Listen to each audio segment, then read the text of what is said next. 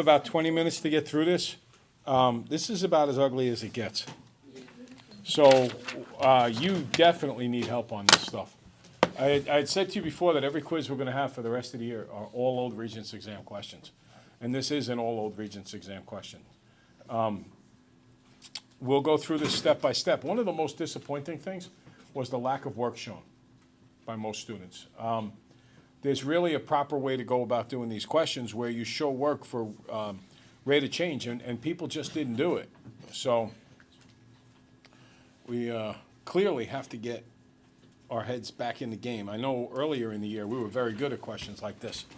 So I'm hoping that it's just a matter of having forgotten from time past, and that now we can kind of remind ourselves on how to do this and get it straightened out from here forward. That's the beauty of the three quizzes, though. You have another one tomorrow and another one the day after that. All right, first off, rate of change. What's another word for rate of change? Average. Come on, talk. Slope. Good. And we know slope is the change in y over the change in x, which is better said, the change in the output over the change in the input. So in each case, it wants you to go from 0 to 3. So I'm going to plug in a 0, and I'm going to get 0 squared plus 0, which is 0. So this makes the point, if the input is 0, the output is 0. So that gives me the point 0, 0. The next one would be, what if I plug in a 3? Then I'm going to get 3 squared, which is 9, plus 3 times 3, which is 9, which gives me 18, which gives me the point 3, comma 18.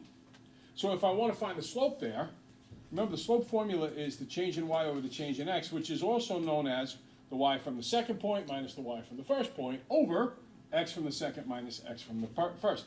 I'm going to call this the first point, this the second point. So I'm going to get 18 minus 0 over 3 minus 0, which is 18 over 3, which is 6 over 1. Okay, so that is my rate of change for the first question, or the first function, which one of the things I despised about this is the way they changed the order. They put the G before the F. Sneaky, dirty, rotten. You may even remember during the year we did this exact question, and I said to you, what a dirtbag thing for them to do on the test. Because, you know, everything goes FGH your entire life. For them to switch the order, it's just super picky reading kind of thing. So make sure you pay attention that the red one is indeed G of x. Now, as far as this middle term, f of x goes, again, it's going to be the change in, oh, I hit blue and it didn't come out. The change in y over the change in x.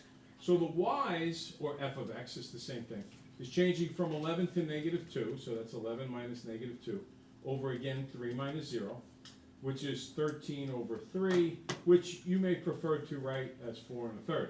So far we have a slope of 6, rate of change of 6, and a rate of change or slope of 4 1/3. Which one's bigger so far? The first one, right? The red one, the G of x. And if you said f of x thinking it's the first one and f usually goes first, that's why I can't stand the idiotic, truly moronic way they made this question. All right, now this next graph goes something like this. And then we have to add a little extension onto that.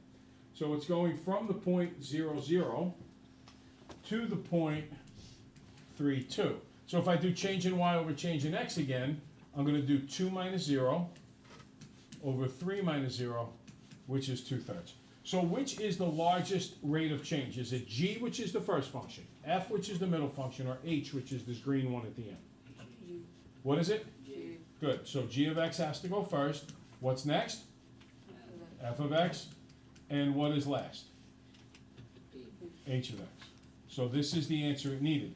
If you had that answer but no work to show, I don't know if you just got lucky with your guess. So you need to have shown work as to how each answer came up. Yes? Wait, how did you do that on the middle one? It's over the interval from 0 to 3. So my first point is 0, negative 2. My last point is 3, 11. So I did the change in the output, which is 11 minus negative 2. Here it is. Over the change in the input, which is 3 minus 0. Okay? Any other questions? Okay, so a little bit of challenge in that question, but I don't think it's too bad. And I think tomorrow, with that reminder, how many people feel confident that if they study this a little tonight, they should do well on it tomorrow? Right? I would tend to think so. But, you know, the key there is if you study this tonight. If you don't, you probably do about the same job, maybe slightly better. Okay, this is a right triangle.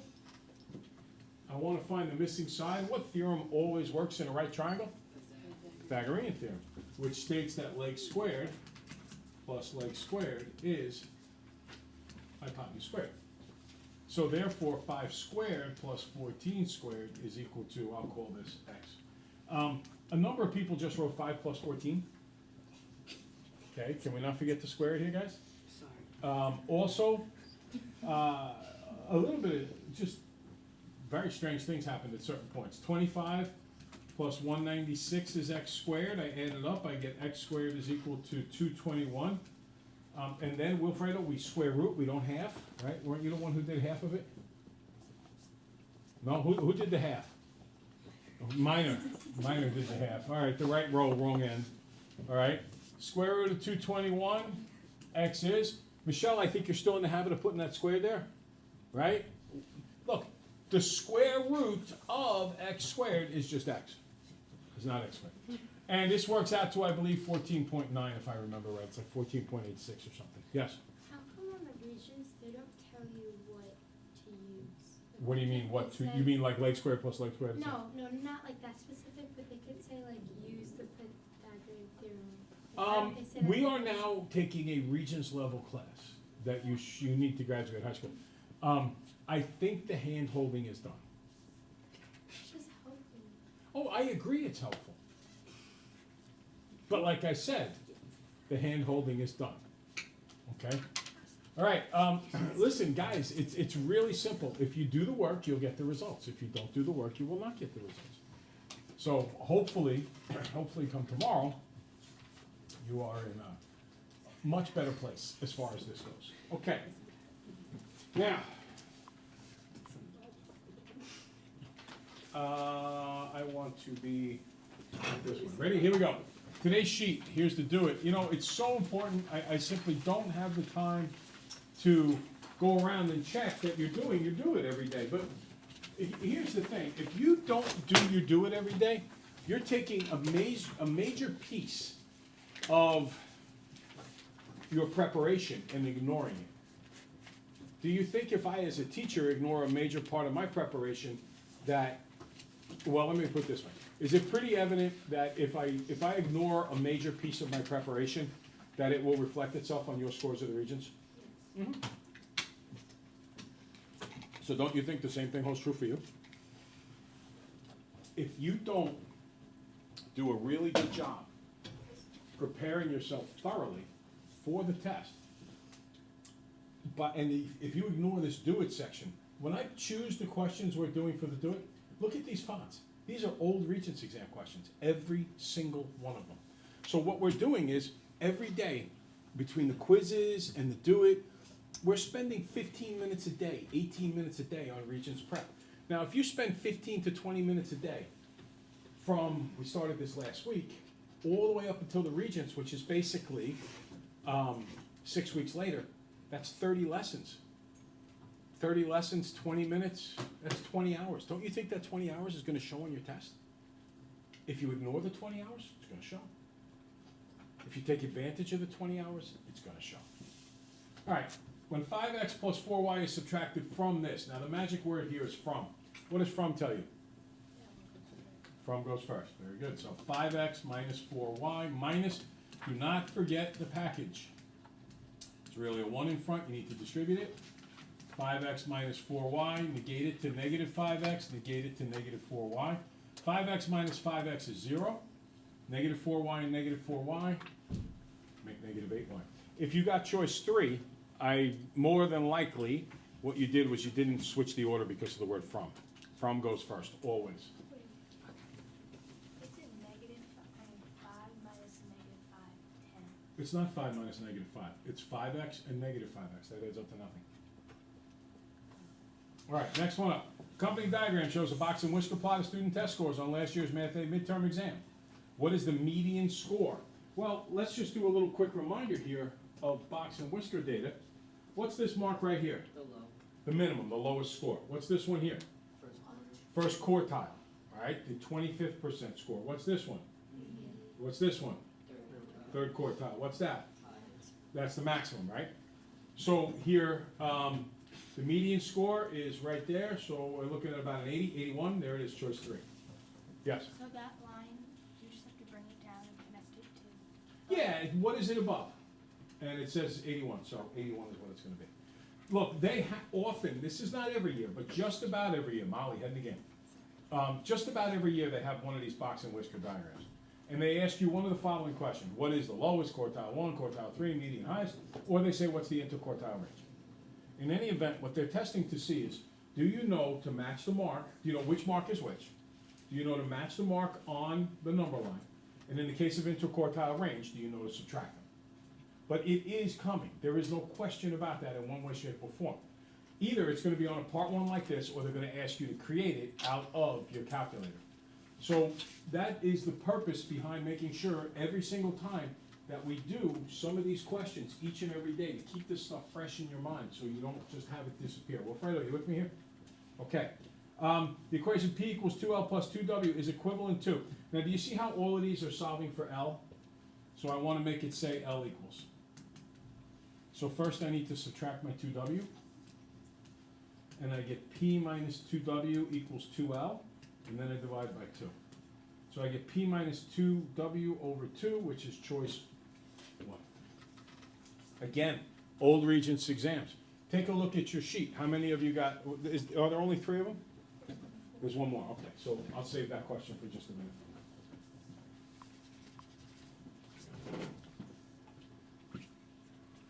Oh, okay, don't worry about number 11, because you don't have to do that in this course. That was, last year, when I made this sheet up last year, you were allowed to use the original integrated algebra Regents instead of this Regents, and that question was on there.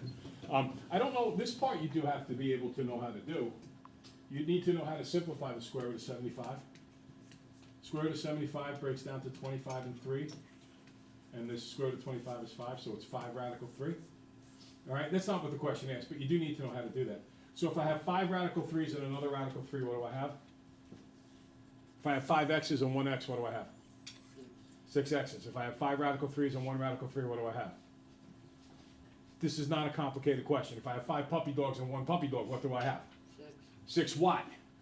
Puppy dogs. If I have 5 calculators and 1 calculator, what do I have?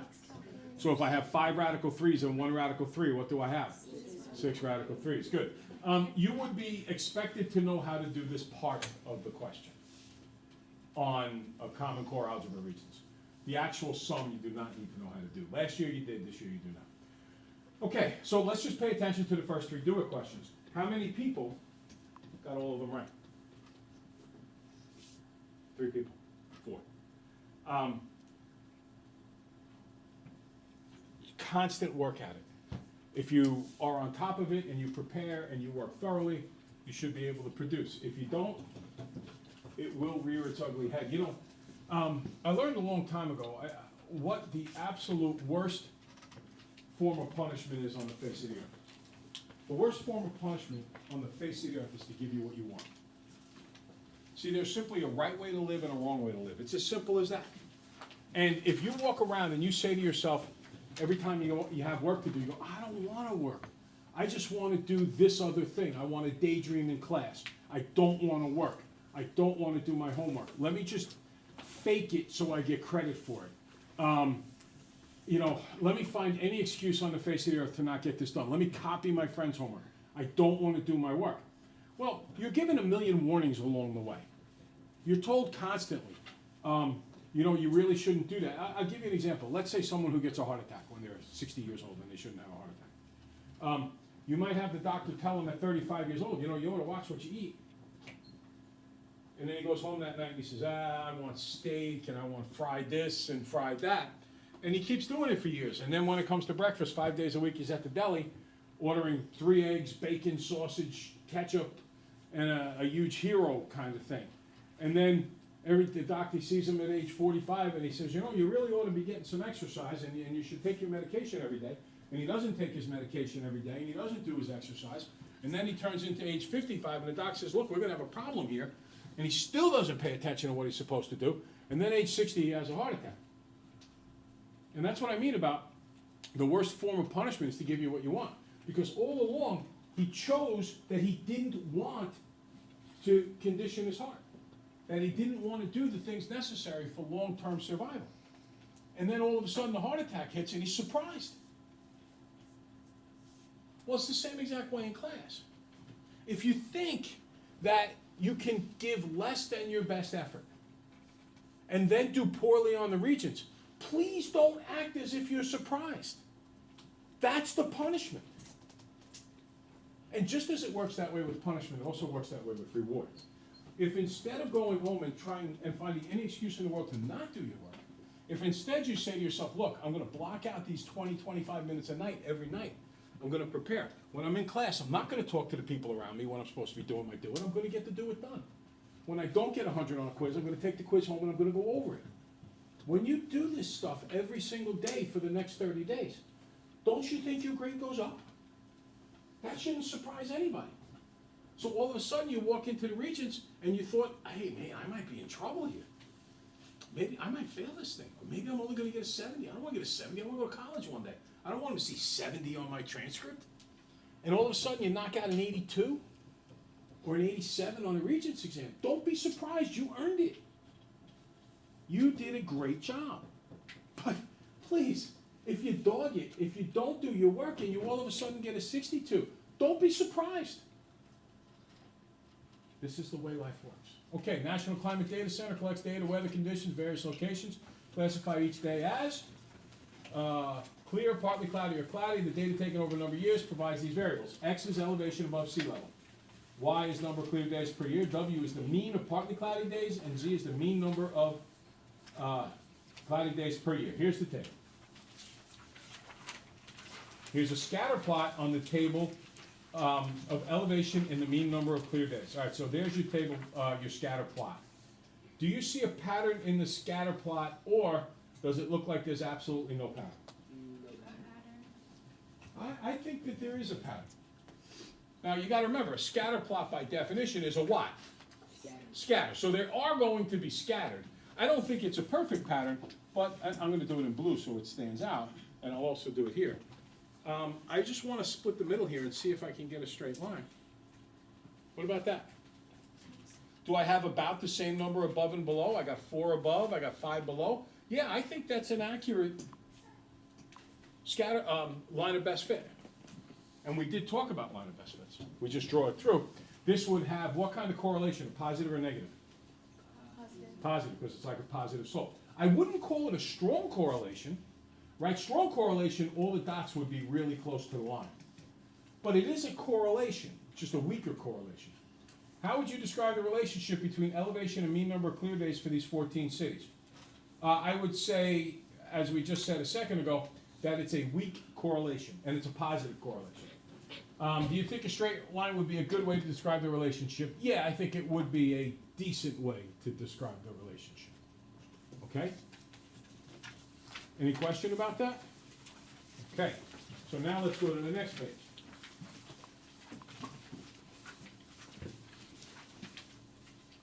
Okay, again, let's draw the line of best fit for each of these. See what you come up with?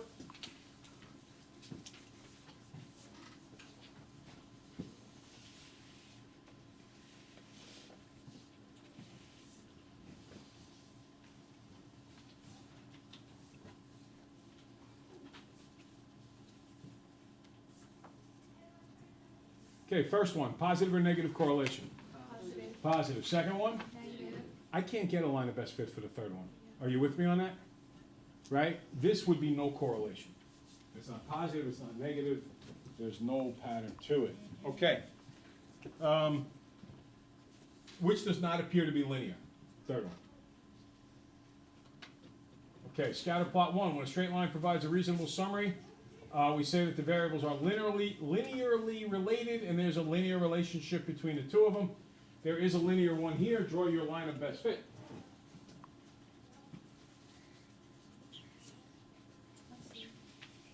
Okay.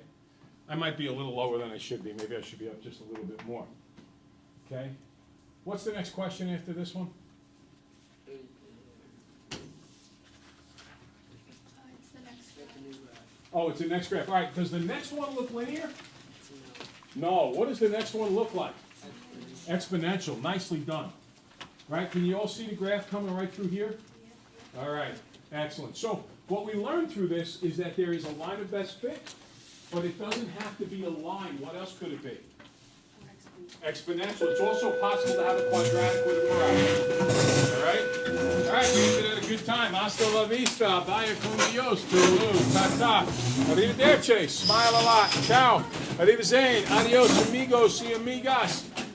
Cheerio. Alexandra Bocasio to guidance, Christopher Spicer to guidance, Robert Dono